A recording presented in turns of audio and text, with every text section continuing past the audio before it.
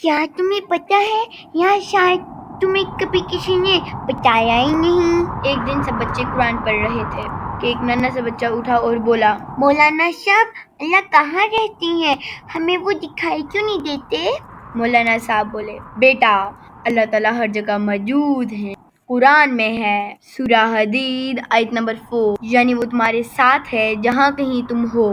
ہم اللہ کو دنیا میں نہیں دیکھ سکتے، جیسے ہم ہوا کو نہیں دیکھ سکتے، لیکن اس کی موجودگی ہمیں محسوس ہوتی ہے۔ مولانا صاحب بولے، جو نیک کام کرے گا وہ جنت میں جائے گا، جنت میں مومنین اللہ کا دیدار کریں گے۔ سورہ قیامہ آیت نمبر 22-23 میں ہے، یعنی اس دن کچھ چہرے تر و تازہ ہوئیں گے، اپنے رب کو دیکھ رہے ہوں گے۔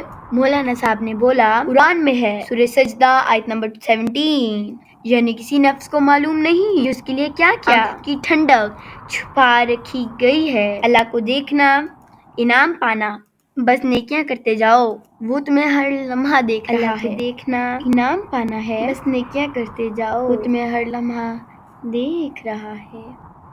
اگر آپ کو ہماری یہ اسٹوری پسند آئی ہو تو لائک، سبسکرائب، جزاک اللہ، تھینک یو، اللہ حافظ۔